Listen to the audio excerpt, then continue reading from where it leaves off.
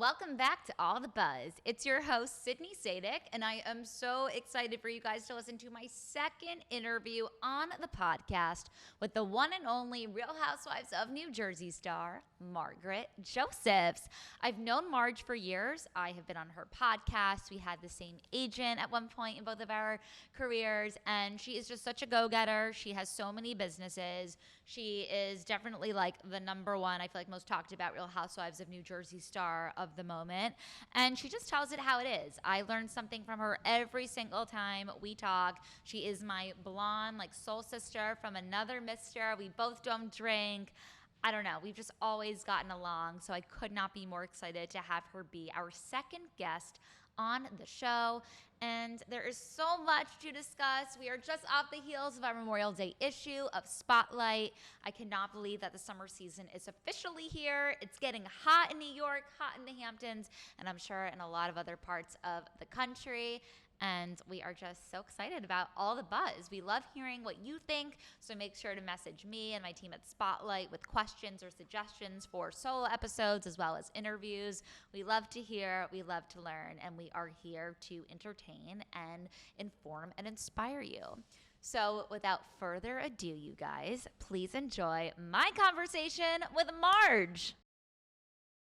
A new season of The Real Housewives of New Jersey just started, so who better to have join us than entrepreneur and Real Housewives of New Jersey star, Margaret Josephs. We have to obviously start off with how people know you. Yes. And that's by being a star of The Real Housewives of New Jersey.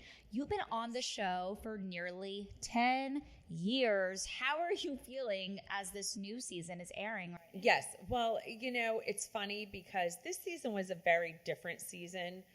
A lot of us aren't getting along, not speaking. The cast is very divided. So it was very interesting to film this way. But I think we formed some new bonds. So I'm actually feeling good about it. I think when you finally cut toxicity out of your life and you realize, like, I don't want to be around this person, I think it's very refreshing. So I think people are going to really enjoy the season.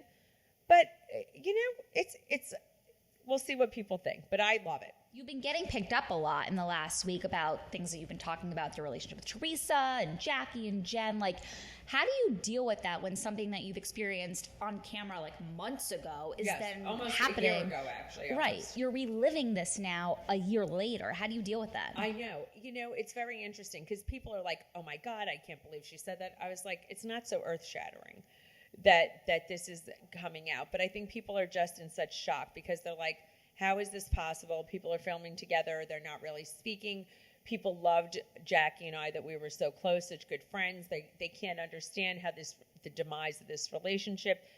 But like I had said, Jackie and I were very close. I really did love her, but she obviously didn't feel the same about me. And my relationship with her was very authentic, but hers was not with me, clearly. And you still are not speaking with her? No, not. And I think she did a lot of things, unfortunately, for relevancy. I think fame changes certain people. I got on the show when I was much older. I was 49 when I had gotten on the show. My life was established. My business career was established. I didn't have anything to prove. I wasn't as insecure. And I think she really needed to dig her heels in and feel relevant. Could you ever see yourself overcoming this hurdle with her? She really showed her colors, and she has done some things that are really offensive. I'm not going to say I'm never going to be cordial to her because I did have a real love for her.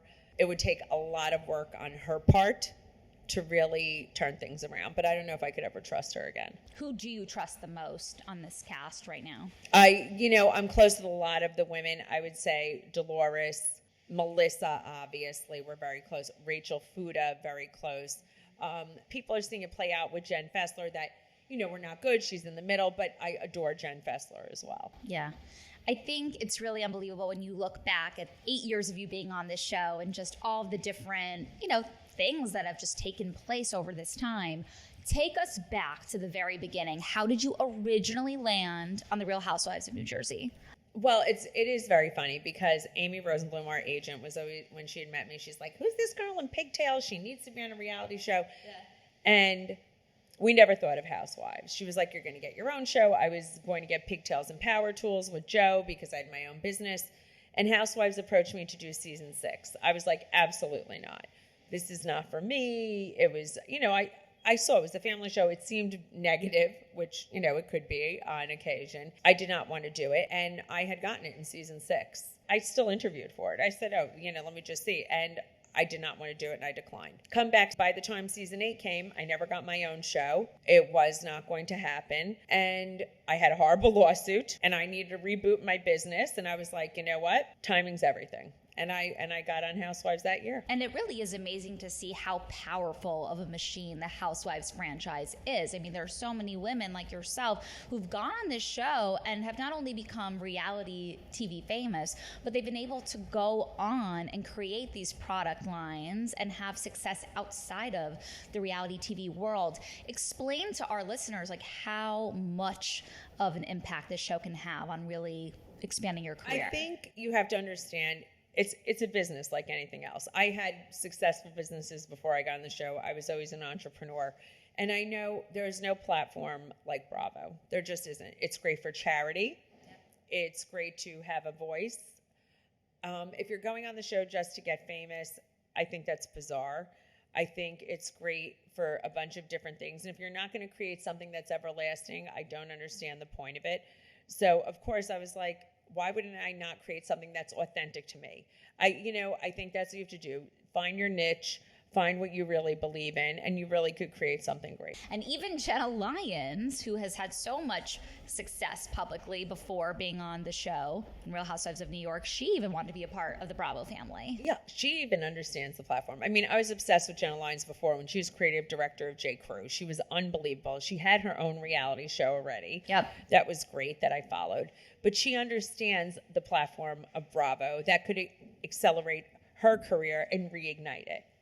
For sure. It's so impressive. And you know who's following in her footsteps now? Yes, I do. Rebecca Minkoff, you guys, who is joining the cast of Real Housewives of New York. What do you think about that addition? Another fashion girl in the mix. Yes, I think it's very, very interesting. I think Rebecca also could see that it could probably reignite her career, get a broader audience. I mean, listen, there are a lot of people who aren't in the know, like yourself, myself, who don't know who Rebecca Minkoff is. Yeah. And I think it could reignite her brand. Not that there's anything wrong with it. It's a great brand, but that a wider audience, a wider platform, just like, I'll tell you truthfully, some people on my cast didn't know who Jenna Lyons was, which I thought was very bizarre. Wow, that is I thought that was really odd. Yeah, well, I guess not everyone follows fashion so closely, but exactly. She is a public figure. Yes. She is for sure. Do you watch Real Housewives of New York? I do watch Real Housewives of New York. I've watched the originals, the OGs, and I watched the new one. And, I love both of them. They're different. They're very different. Apples to oranges yes. is what I think about it. I like the reboot. I mean, I think for me as someone who's 30 and more in obviously the building blocks of my life, like I can relate a little bit more yes. to these women. But it is interesting to see like how much of an influencer fashion kind of a take now. The women who are my good friends, Dorinda, Luann, Ramona, Sonia, I know those women. I felt like we were very much in a sorority. They had true bonds, friendship. They're old New York. They're entertaining beyond belief. They brought a dynamic that was unbelievable. These women, are young and, they're fun, but it's a different kind of thing. Yeah. They don't have the hijinks, yet. But, they're only doing their second season, but I think they're beautiful. I think they're talented, smart, and I enjoy watching them as well. Yeah, I'm excited for it to come back. Yes, me too. Some more fun TV. Everyone talks about sort of the curse of the Housewives on your relationship. You have been married since you said 2013? 2013. So when you told your husband that you got offered to be on this show, was he hesitant at all for you? No. Joe was like, go ahead, let's just do it. Because we're going to do our own reality show together. I think our marriage is very solid. We know what we're in it for. We prioritize our relationship. That's really what I could say. A TV show is not going to tear it apart. If there was a cheating rumor about us, neither of us would believe it. That wouldn't upset us. That wouldn't rock us to the core. There's nothing, I think, on a TV show that could really hurt us. We were older when we got on the show. We were pretty solid. We did a lot to be together that we would let something like this tear us apart. So why do you think there are so many of these housewives across different franchises whose relationships just can't make it past the show? I'll tell you, I think a show is very hard on a relationship becoming a public figure when you hadn't had any fame prior is very hard. Your relationship is under scrutiny. Things come between it. When no one knows who you are and then everybody does know who you are, I think it's very hard. Some people get a very big head. I think you have to stay very grounded and realize that that could go away in a split second. And many people don't realize that. And I think sometimes women will go on this show if their relationship is shaky to start out with because they need something for themselves. So I think sometimes the relationships aren't as solid when they choose to go on the show. Right, and as we might think is yes, when they start. Exactly. Everything is not what it seems. Are you as invested in the Kyle Mauricio drama as I am? That made me sad, but I understand it. That was a very long-term, beautiful marriage. And I understand. I don't think it was. I think regardless, they had a successful marriage. I think a lot has happened. I think it's sad it happened publicly. Yeah, I am, as invested in it to the fact is they have a beautiful family. No one wants to see that break apart. Totally. It's so true. But they're still a beautiful family. And they'll make it a new way just to navigate it. People are saying that, they're kind of forcing Kyle into showing more about her relationship with Morgan Wade as they go into filming their new season. Do you think they could potentially be more than friends? I think potentially they could definitely be more than friends, obviously. But, that's for her decision to show. I think she's going to show whatever's going on there. I think she's a very seasoned, smart woman. I think she's lasted this long, and she's a lovely person. And I think when she's comfortable enough to show her relationship, she will. I'm hoping so because I'm such a fan. I know, and I love her. I do too. Let's talk a little bit about the business side of you, Marge. Yes. So before getting into your mocktail line, you were really in the fashion world. You went to FIT, which I don't know if a lot of people know, and then you developed your own line. How did you go from fashion to mocktails? Well, I've been in licensing a very long time. I was in the Garment Center at FIT.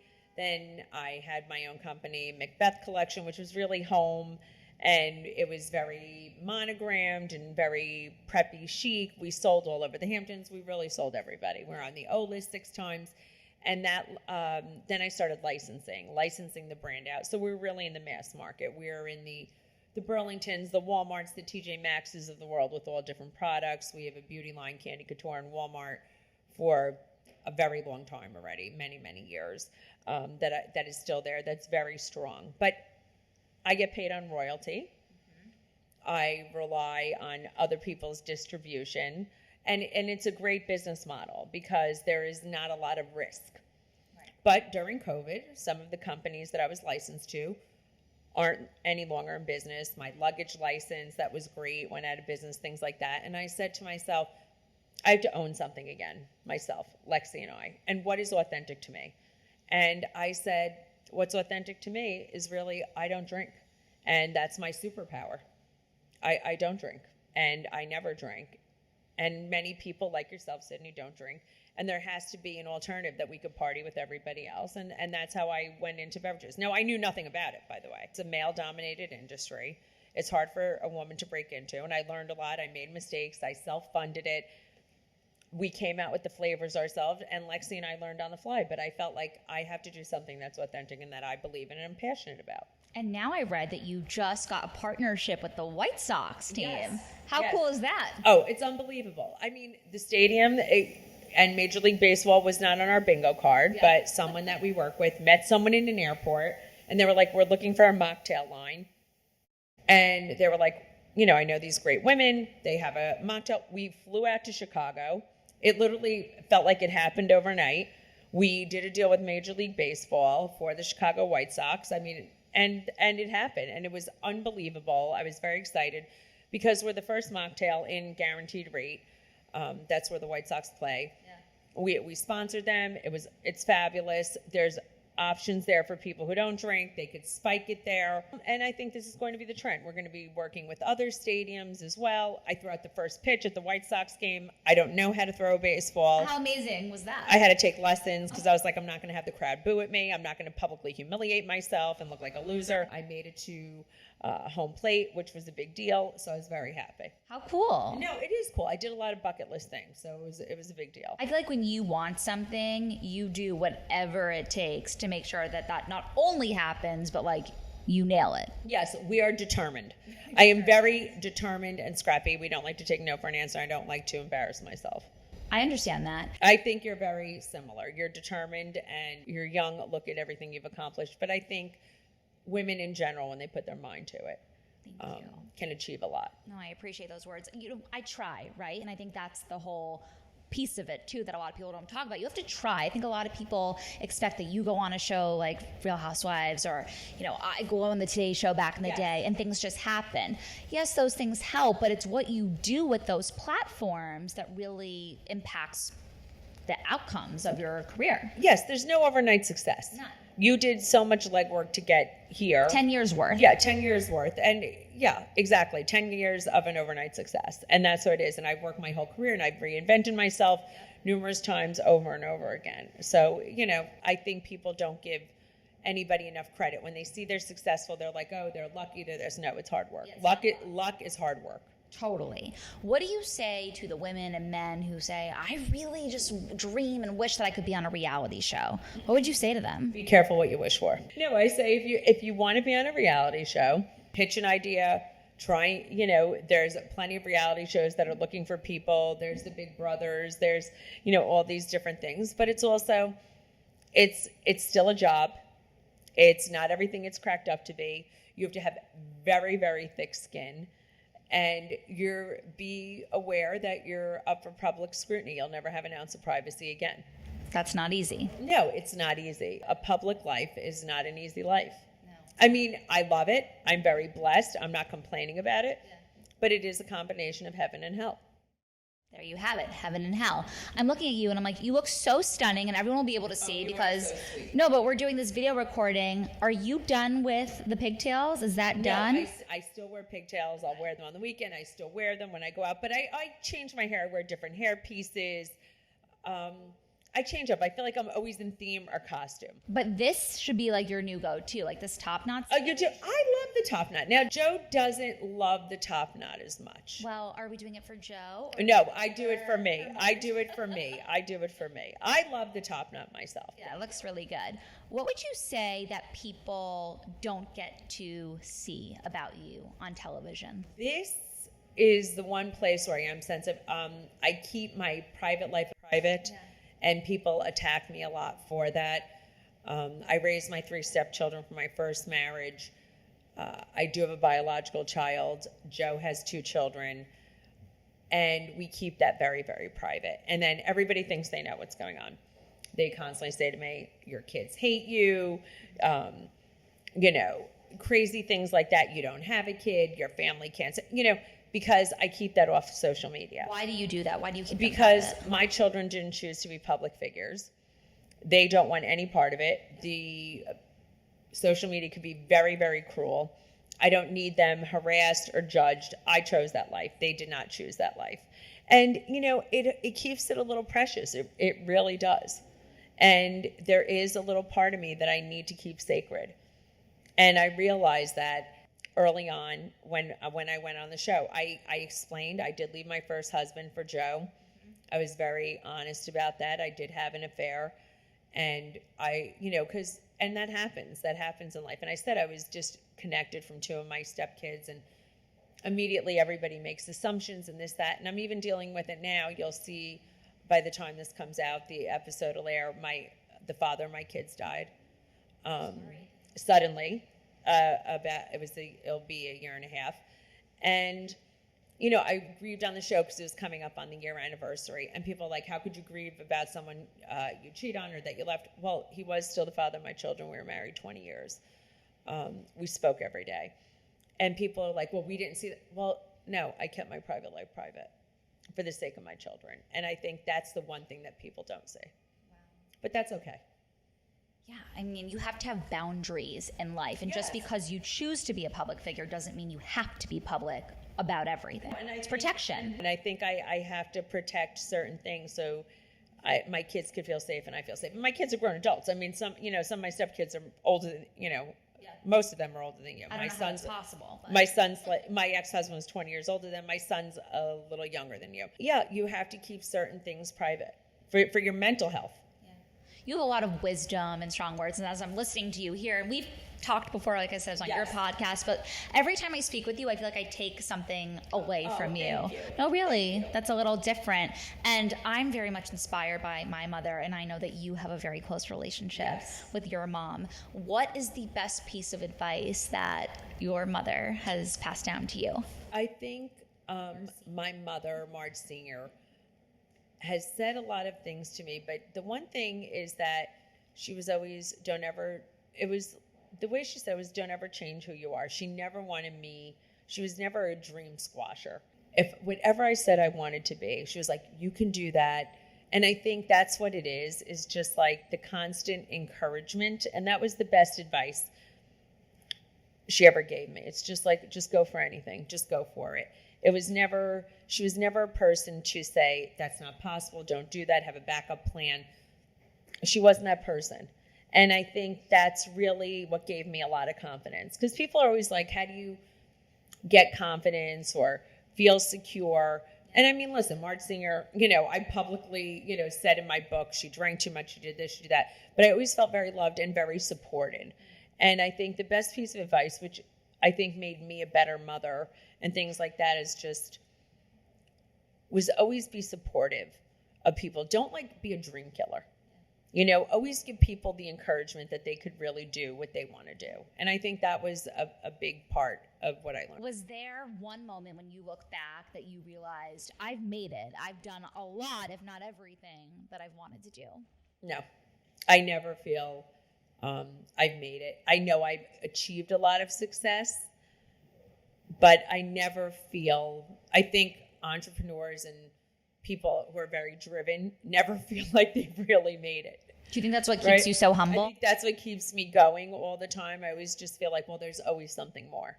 I always have a goal, and there's always something more to achieve, and there's always something more to do. I feel very grateful. I've done a lot of beautiful things, but I never feel like, wow, I've really made it.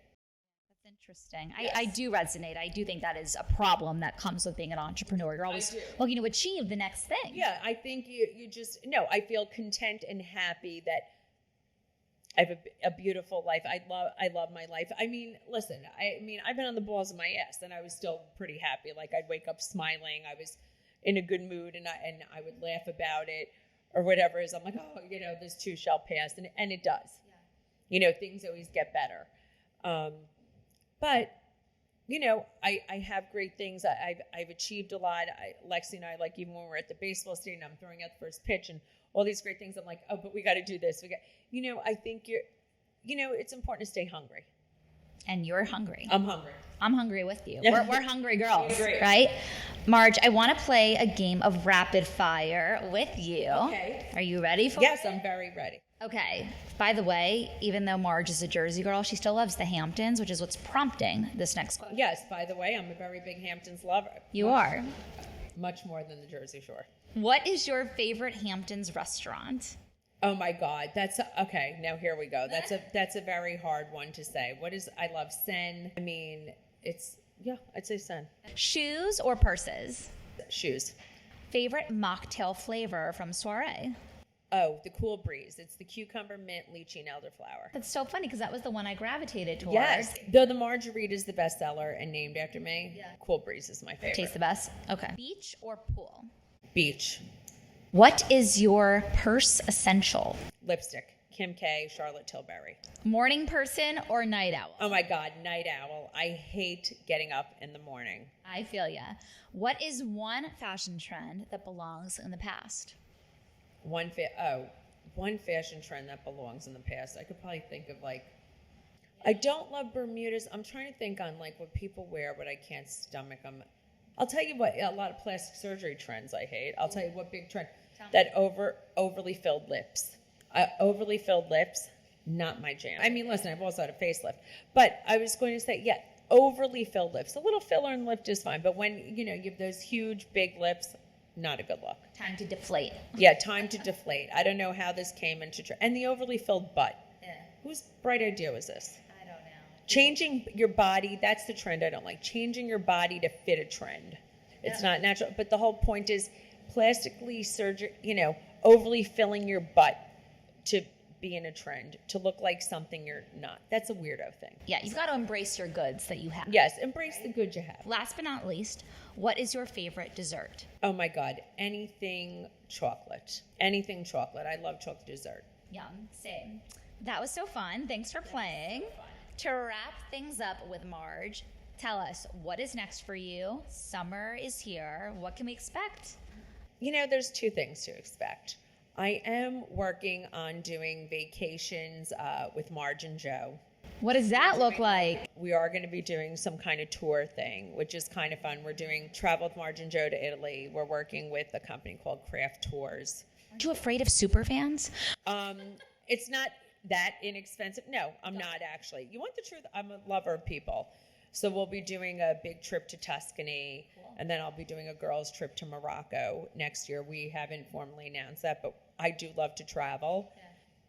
Yeah. And I have like little haunts I like to go to, and I am pretty well traveled. So we're going to be doing some things like that. I'm working at the company, so travel with the Marge, which is kind of going to be fun. And then I did something with Luann, which is going to be coming out. I'm very excited. I'm part of her new video, that'll be coming out soon. I'm so proud of her because she's on her new tour, and it's doing unbelievable, the Marry F. Kill tour. And she's such great songs, and she's so talented, and she's so fun. Yeah. And I was happy that she asked me to be part of doing something with her. So that'll be coming out. How exciting. I know. I told you I saw you and Luann from a distance at the Idea of You premiere. And you can tell if you're going to something with Luann, you're going to have a good time. Oh, my God. Right? She is such a good time. Everyone needs a Luann. Everyone needs a Lou. And everybody needs a Marge. A friend like a Marge. Yes, you do. Well, Marge, thanks so much for being here at All the Buzz. Oh, thank you so much for having me. And I can't wait to be with you this summer. Yay, me too. And before we go, we've got to take a sip of Soirée. So let's do it. Let's do it. Okay. Let's make sure. Cheers to a good rest of your season ahead, Marge. And a lot of sun and fun in the sun, all the things. Cheers. Cheers. I'm going to try this. Okay. Tastes better cold. It's good. It's very good. It is good. It's very good. Here's to a great summer ahead. Yes.